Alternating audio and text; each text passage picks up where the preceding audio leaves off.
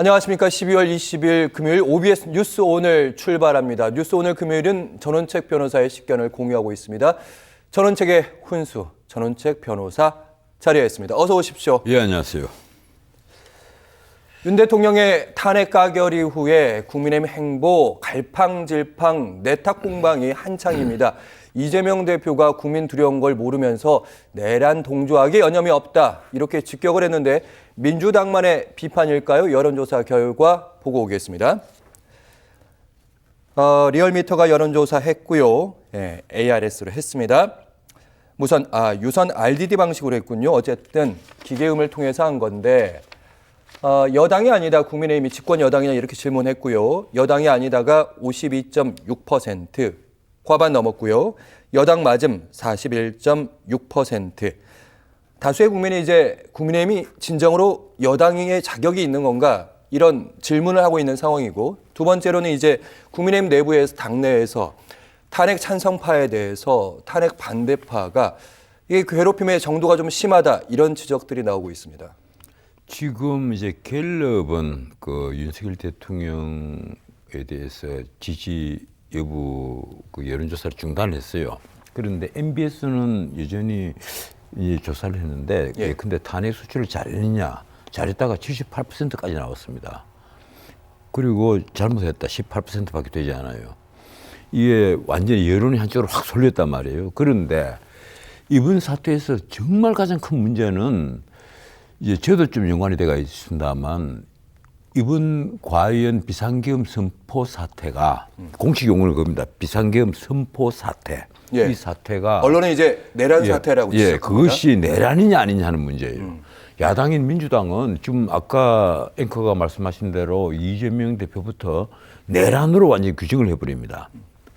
그리고 이 정부를 비판하는 사람들은 모조리 다 내란이라고 하고, 그리고 가령 조중동을 포함한 거의 모든 신문의 사내 칼럼 사설들 다 내란이라고 써요.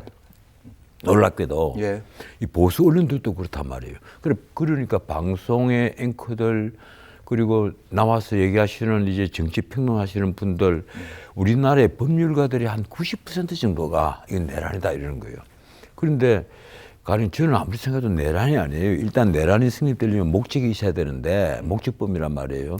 윤석열 대통령이 내란을 일으킬 목적이 없고, 두 번째 이게 내란죄 구성효과는 맞지 않아요. 국토를 참전을 하거나 이 국헌문란이 폭동한 자 이래 돼가 있는데, 그때 폭동은 한 지역의 소요 사태란 말이에요. 내 지난번에 한번 말씀을 드렸을 텐데 그게 아니거든요. 그러면 내란이 성립이 안 된다. 저하고 똑같은 말씀을 해주시는 분들이 이제 있습니다. 우리 헌법학계 태두인 허영 교수님을 비롯해서 헌법학계 원로 교수들이 신문에 다 글을 다 써주셨어요. 이 내란 아니다. 왜들 이러느냐? 왜 레밍처럼 한쪽으로 다 몰려가느냐? 이러지 마라. 이 내란이냐 아니냐가 왜 중요한가 하면, 내란 같으면요, 이거 헌법재판소 판단 간단합니다. 곧장 파면시켜야 돼요. 내란죄를 범했는데. 그렇죠. 이 헌법에도 나와 있단 말이에요. 내란 외환의 죄는 재직 중에도 소출을 당하고 형사처벌을 받아요. 그래서 검찰, 경찰, 공수처가 윤석열은 내란죄 수괴니까, 우두머리니까 무조건 나오세요. 안 나오면 한번 소환했고, 불응하니까 또 안 나오면 체포를 하겠다. 영장까지 검토하겠다. 신병 확보를 하겠다는 식으로 공식적으로 언론에 브리핑을 합니다. 우리나라에서 검찰, 경찰, 공수처 3대 수사기관이 신병 확보를 하겠다. 내가 그래서 그런 얘기를 했습니다. 도대체 어디서 배운 민주주의냐? 미국 같은 대통령제 원리 국가에서 지금 한 번도 일어나지 않는 일, 대통령이 아무리 잘못해도, 예컨대 먼저 물러났죠. 아니죠. 조 바이든 때 이 도널드 트럼프가 패배를 했잖아요, 선거에서. 그때 의사당에 수천 명이 몰려 들어가서 이게 사람이 5명이 죽었어요, 경찰관을 포함해서. 그때 그걸 뒤에서 배후에 도널드 트럼프가 있었다. 이래서 검사가 이 처벌해야 된다 이랬을 때, 도널드 트럼프 쪽 변호사가 이건 면책 특권이다. 대통령이 한 일을 왜 위법 여부를 판단하느냐. 그 일찍이 리처드 닉슨 대통령도 그런 말을 했습니다. 예. 대통령이 한 행위에 위법 여부를 판단하면 대통령은 이익을 조정하는 자리에 있는 사람인데 자기가 한 행위에 대해서 적법, 부적법 혹은 도덕, 부도덕 이걸 계속 따지다 보면 아무도 못한다. 예. 그래서 대통령에게는 면책특권이 주어진다. 그 이제 미국에는 이제 물론 그런 이론이 쭉 만들어져가 있습니다. 면책특권 이론이 만들어져가 있는데 우리나라에는 그까지는 가지 않더라도 최소한 내란죄가 성립된다면 내란죄 구속력으로 맞아야 되잖아요. 그리고 가령 헌법 77조에 있는 비상계엄 그 요건에 맞지 않아도 거기에 대한 판단을 할 수 있는 유일한 사람이 그 고유의 비상계엄 권한을 갖고 있는 비상대권을 갖고 있는 대통령이란 말이에요. 그래서 사법심사의 대상이 되지 않는 그 고도의 통치행위라고 표현을 하거든요. 예. 자, 그러면 거기에 대해서 앞으로 헌법재판소가 판단을 해줘야 되는데 과연 그것이 고도의 통치행위에 해당이 되느냐 안 되느냐 그 판단만 하면 되는데 그 전에 모든 언론, 모든 법률가, 모든 그리고 입 달린 사람들은 전부 다 이 내란이라는 거예요. 예. 내란이라면 당장 붙잡아서 처단을 해야죠. 내란을 저지르는데 이 자유민주주의 국가에서 자유민주주의를 파괴를 하기 위한 내란 행위를 저질렀다. 이렇게 판단이 되면 해야죠. 그런데 전 변호사님, 예. 말씀 쭉 하셨으니까 일단 전 변호사님의 입장을 확실히 저희가 시청자 여러분께 이해를 하셔야 한마디만 딱 그거 듣고 예. 제가 드리겠습니다. 우리가 근데 옛날에 갈릴레오가 그러잖아요. 지구는 둥글고 지구가 태양을 돈다 이랬을 때 막 처벌하겠다라는 게 재판을 마치고 나오면서 그래도 지구는 돈다 이렇게 얘기를 했는데 마찬가지로 이것이 우리 헌법학계 원로학자들 비롯해서 소장학자들까지 이것이 내란죄는 되지 않는다. 예. 그래서 헌법학계에는 거의 이제는 의견 일치가 되고 있는 것 같아요. 만약에 이게 헌법재판소에서 문제가 됐을 때 그분들이 예. 증인으로 나올 거 아니에요. 증인으로 나와서 이건 내란죄 안 됩니다 이러면 어떻게 할 거예요. 그런데 이런 식으로 우리 언론이 몰아가면 언론도 반성을 좀 해야 된다는 생각을 해요. 왜 감정적으로 휩쓸리느냐. 이럴 때일수록 오피니언 리더들, 언론들에서 아주 냉정을 찾고 무엇이 그 바른 길인가 찾아서 바른 길을 갈 수 있도록 인도를 해야지. 등불이 돼줘야지. 이건 계속해서 내란죄다. 그리고 내란죄라고 하면 아까도 말씀드렸지만 지금 이재명 대표 큰 소리 빵빵 치잖아요. 왜 예. 치겠어요? 본인은 윤석열을 빨리 끌어내려야만 자기에게 기회가 있단 말이에요. 이번에도 어제 이완영 재판이 그 부분은 저희가 뒷부분에 이재명 예. 대표에게는 충분히 다루도록 하겠습니다. 알겠습니다. 일단 저희가 이 얘기를 아주 길게 할 건 아닙니다. 예. 전 변호사님의 일단 입장을 시청자 여러분께 이해가 되기 위해서 좀 편하게 좀 말씀을 제가 윤석열 대통령 편드는 건 아닙니다. 예. 그동안 그 누구보다 윤석열 대통령의 통치에 대해서 강도 높게 비판하셨던 거 다 기억합니다. 근데 전 변호사님의 입장은 이렇습니다. 제가 확인한 입장이 맞는지 확인해 주십시오. 그러니까 일단 정치적으로 이번 계엄 사태, 윤 대통령의 계엄 결단 잘못됐다고 판단하시죠? 잘못됐죠. 예, 일단은 어리석은 거죠. 그렇죠. 예. 네, 그 얘기 하셨고. 두 번째는 그럼에도 불구하고 헌법적으로 봤을 때, 법적으로 봤을 때 이거는 죄가 아니다. 이렇게 지금 판단하고 계시는 거죠. 내란죄는 아니다. 이 대통령이 실책을 두고 예. 가령 이것이 파면에 이르기까지 이럴 정도의 실책인지 아닌지는 앞으로 헌법재판소가 판단을 할 거예요. 내란죄 이거 당장 내란죄라고 해버리면 이거 당장 처단을 해야죠. 그럼 이렇게 다시 한번 가겠습니다. 법률적으로는 내란죄는 아니다. 주장을 말씀하시는 거고. 이게 왜 중요한가 하면요. 내란죄의 가담에 때려서 사성 장군을 육군 참모총장을 지금 구속을 시켰습니다. 그리고 세리스타 출신들을 3명이나 구속을 시켜놨어요. 잘났던 못났던 그 사람들 구속을 시켰단 말이에요. 그러면 그걸 영장 발부를 한 판사들은 뭐냐. 이 내란죄에 가담했다 이래서 구속영장을 발부를 했거든요. 그렇죠. 판사들 그리고 군 가능성이 판사, 높다. 군 판사들. 그러니까 저는 황당해지는 거예요 지금. 알겠습니다. 제가 더 확인을 해보도록 하겠습니다. 일단 법률상 내란죄는 아니다 이런 말씀하셨고 헌법적으로 봤을 때도 제가 그 전에 인터뷰에서도 이렇게 들은 것 같습니다. 이게 대통령의 계엄이 고도의 통치행위 아니냐 이렇게 그래서 헌법 위반도 아니다 이렇게 주장하신 걸로 제가 기억합니다. 만약 헌법재판관 같으면요. 이건 그냥 기각식입니다. 왜 그런가 하면 그 밤 10시 23분에 계엄령을 발동을 하고 그리고 그 국회가 어떻든 평온하게 본회의에서 190명 전원이 만장일치로 계엄 해제를 요구를 했고 윤석열 대통령이 그게 순응을 했단 말이에요. 어쨌든 헌법대로 계엄해제했다. 이 거절을 말씀. 한 게 아니라 알겠습니다. 저항을 한 것이 아니라 순응을 알겠습니다. 했거든요. 예.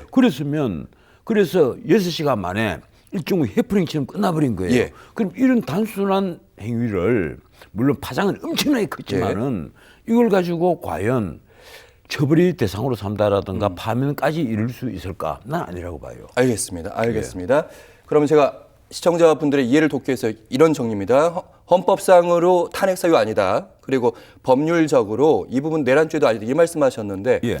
아무리 이제 고도의 통치 행위를 할지라도 우리 헌법의 판례나 대부분의 판례를 좀 참고를 해보면 그럼에도 불구하고 이번 계엄 같은 경우는 요건이 있단 말이죠. 전시도 있고 사변, 전시에 준하는 사변 정도. 근데 윤 대통령이 계엄을 선포할 당시에는 전시는 아니었지 않을까요? 예, 전시 사변 또는 이에 준하는 예. 그런 그 사회의 어떤 비상 사태는 아니었어요. 예. 그러니까 비상계엄 요건에 맞지 않았다 하는 것은 우리 모두의 거의 공통된 생각이에요. 거의 일치하는 생각일 거예요. 예.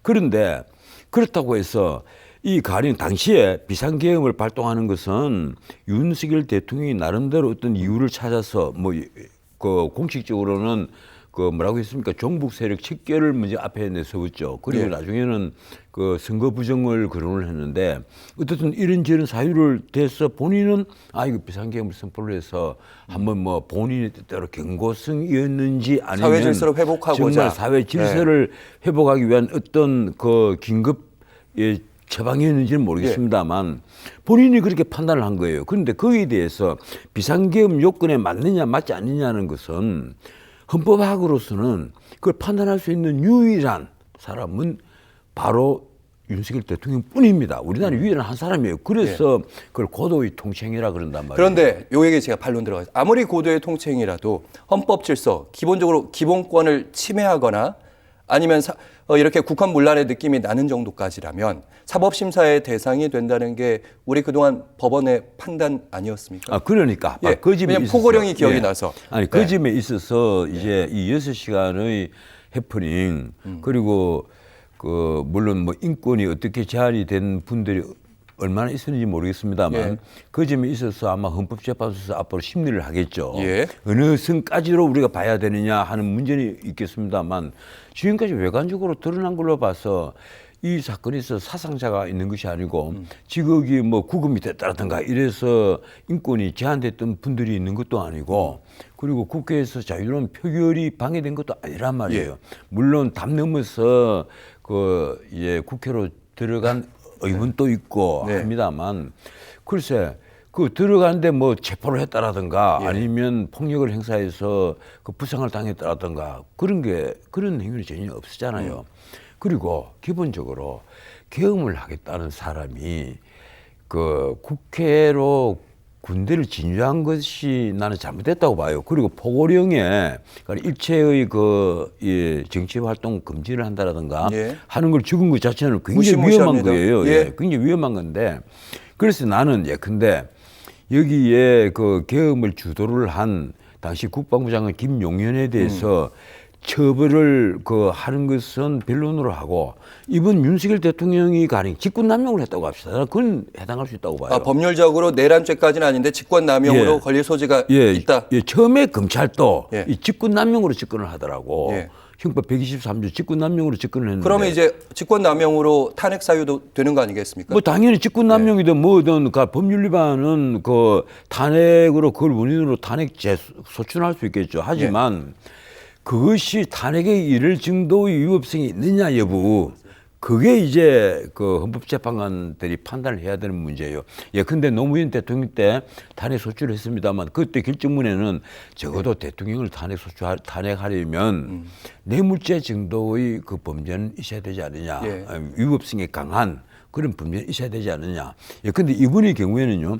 그 직권남용이 있다 하더라도 근데 어디서 또 막아서느냐 하면 위법성이 없으신다. 제가 마지막 반론을 이 문제를 길게 할 게 아니라 일단 중대성 얘기하셨는데 당시에 이제 국회에 투입됐던 국회뿐만 아니라 선관위에 투입됐던 그 모든 실병력을 감안하면 한 1,500명쯤 됐고 거기에 헬기까지 10여 대 떴다는 거 아닙니까? 그리고 최근에 나오고 있는 얘기는 HID 체포조 운용 그리고 선관위 직원들을 이렇게 어느 모처로 데려가려고 했다 체포해서 이런 얘기들까지 나오고 있는 상황이고 제일 중요한 건 윤 대통령이 직접적으로 군 핵심 계엄군 수뇌부에게 지시한 사항들이 많습니다. 끌어내서 국회의원들 끌어내라. 그리고 체포해라. 그리고 경찰청장에게도 직접 현행범인데 국회의원 체포 안 되는 이렇게 지시한 상황이 너무 아니 뚜렷해서. 거기에 대해서는 지금요.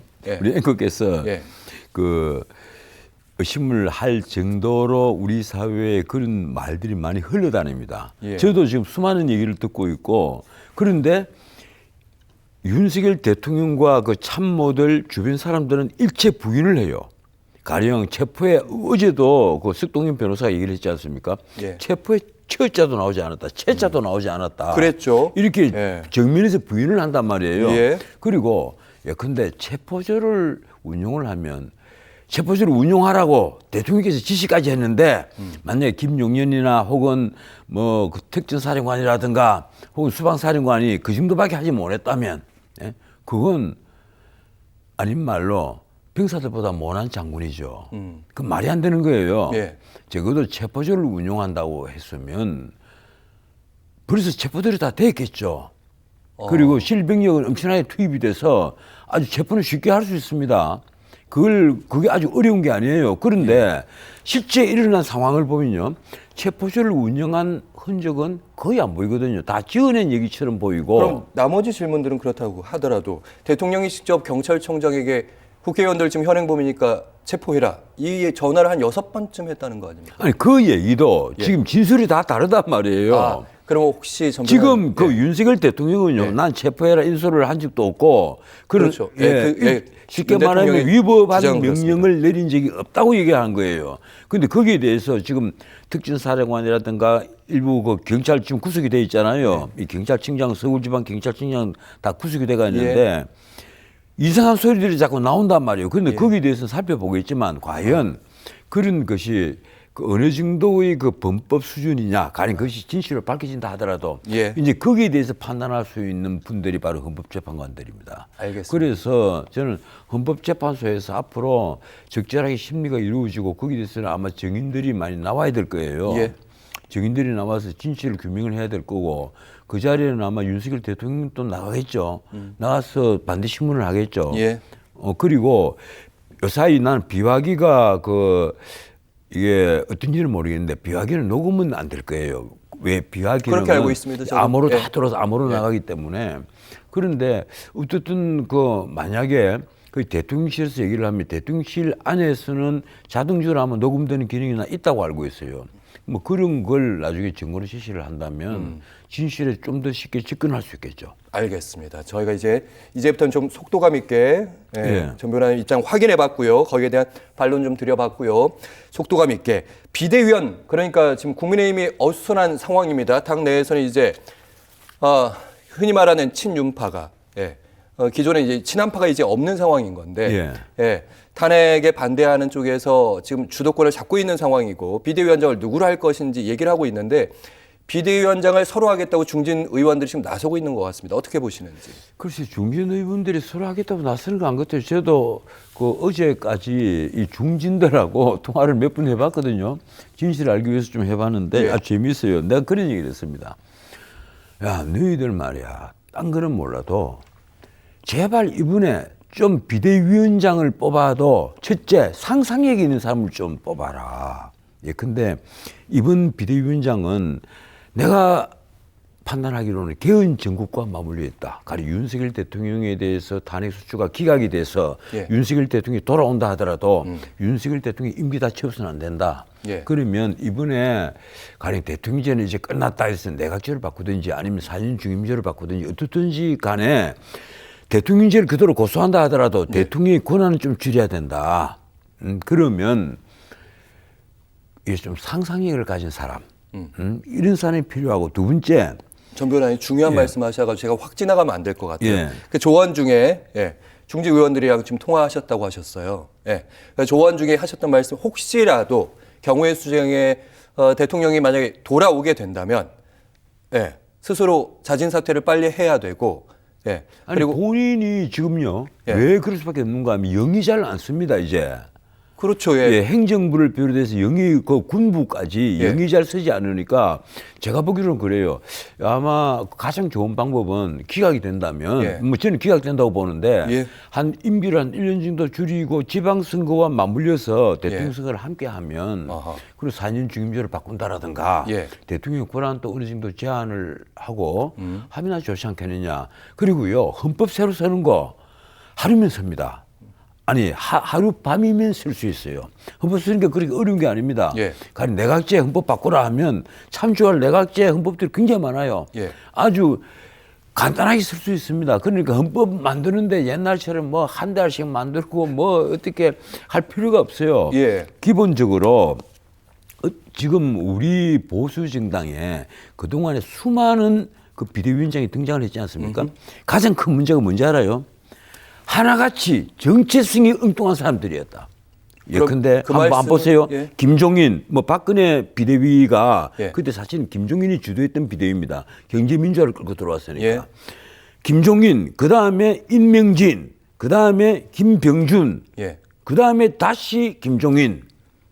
하나같이 민주당 쪽이고 한때 좌파 소리를 들었고 우리 쪽이 아니라 반대쪽에 부역을 했던 사람이고 내가 뭐 우리 쪽이라고 해서 뭐 합니다만 어떻든 정체성이 모호한 사람들이 이런 사람들 비대위원장에 갖다 앉혀놨다고 이러니까 당이 망하지 안 망해요. 예. 당이 정체성이 더 흔들려 버리지. 왜 그런가 하면 당 대표가 그런 사람이니까. 그러면 비대위원장은 지금 중진들이랑 통화하셨다고 하셨으니까 어느 분을 아니 나는 중진들 많이 하고 통화를 한 게 아니고 누구하고 또 통화했다 그러면 또 난리가 납니다. 그러니까 어느 지금 거론된 아니, 인물들이 아니, 다 권영세, 권성동, 예, 나경원 우리 중진들이요 다 괜찮은 분들이에요. 예, 권성동 뭐 지금 원내대표도 괜찮지만 원내대표를 하니까 예. 지금 원톱이냐 투톱이냐 이걸 그 하는데 서장파들이 그래도 투톱을 해야 되지 않습니까? 그 말은 맞아요. 지금 원톱을 해서 어떻게 감당하려고. 그리고 원톱이 조금이라도 실현을 하거나 뭐 다치게 되면 또 당이 흔들려 버릴 텐데. 예. 그래서 투톱 체제는 맞아요. 맞는데 다만 이제 존경받는 그런 그 외부 인사? 두루두루 존경받는 그런 이게 다선 의원이 예.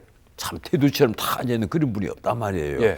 왜 내가 아까 지금 정체성이 흔들렸다 얘기하는가 하면 정체성이 살아있었으면 그런 분이 있겠죠. 있을 텐데 우리는 조금만 다선되면 물러나라. 자르기 바쁘잖아요. 미국 같으면요. 그러면 전 변호사님 하원 의원에 20선 의원이 있습니다. 예, 알고 있습니다. 투톱 체제로 가는 게 그나마 좀 안전한 것 같고 그럼 당 내부 인사, 외부 인사 이런 시스템을 생각하시는 내부든 외부든 나 상관없다고 봐요. 상관없습니까? 예, 상관없는데 외부에 과연 당을 이렇게 그 두루두루 이게 흔들리지 않고 예. 감싸서 한꺼번에 끌고 갈 정도의 정체성이 확고한 분이 있느냐? 나는 없다고 봐요. 잘 안 보여요. 내가 보더라도. 그러면 어떻게 해야 됩니까? 예, 내가 봐도 잘 안 보인단 예. 말이에요. 그러니까 당내에서 찾아야 되는데 당내에서 지금 뭐 예컨대 그 은퇴를 한 분도 있을 거고 아니면 지금 당내 다선 의원 중에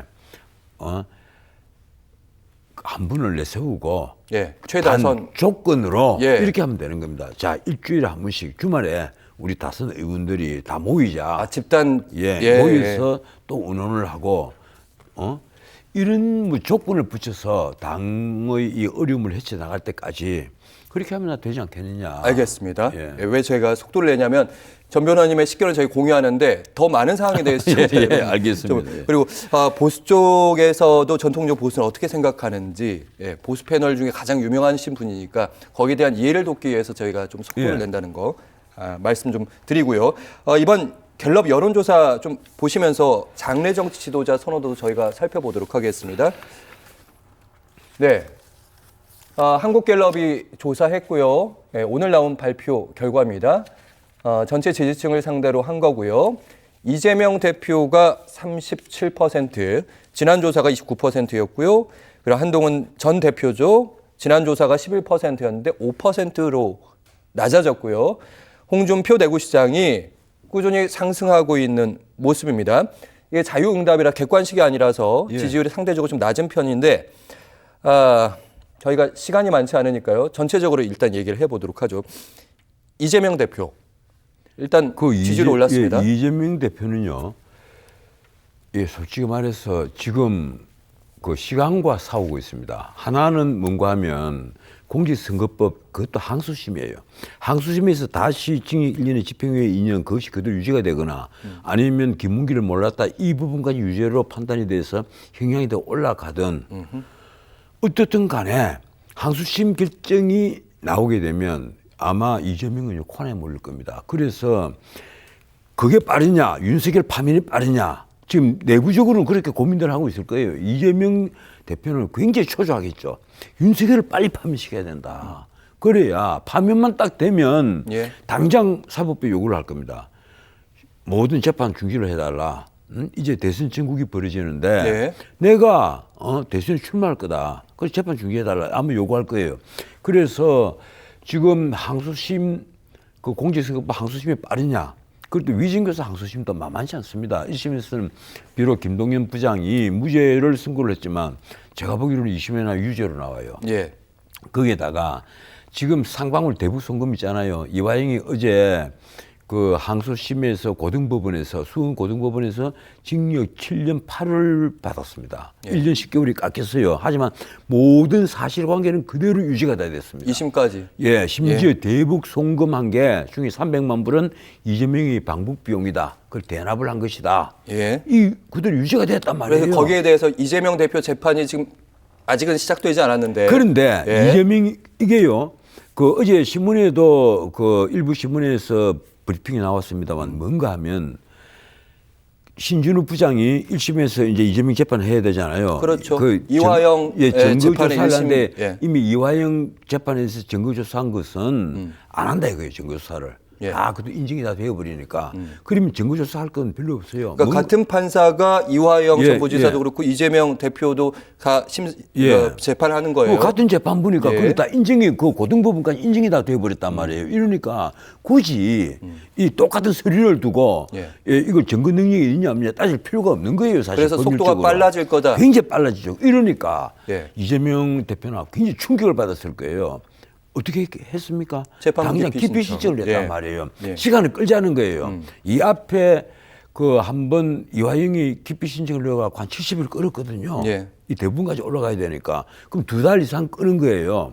이걸 끈다. 그렇더라도 내가 보기로는 이것도 4, 5월 되면 1심에서 실형이 선고될 거다. 왜 그런가 하면 이화영 재판에서 이미 판결문에 이재명의 이름이 20분이 넘게 나옵니다. 예. 거기에 수혜자 몸통이라고 직시가 되어 있단 말이에요. 그런 취지로 이게 수혜를 입은 그 이재명의 방북 비용이니까. 알겠습니다. 이러니까 가령 이화영이 징역 7년 8개월을 받았는데 네. 그러면 그보다 낮게는 선고 못해요. 더 높게 나올 것이다. 예, 적어도 수혜자니까. 징역 10년 이래 선고를 하는데 징역 10년을 선고하면서 법정 구속을 안 한다? 그건 말이 됩니까? 알겠습니다. 아니겠죠. 법정 구속을 하겠죠.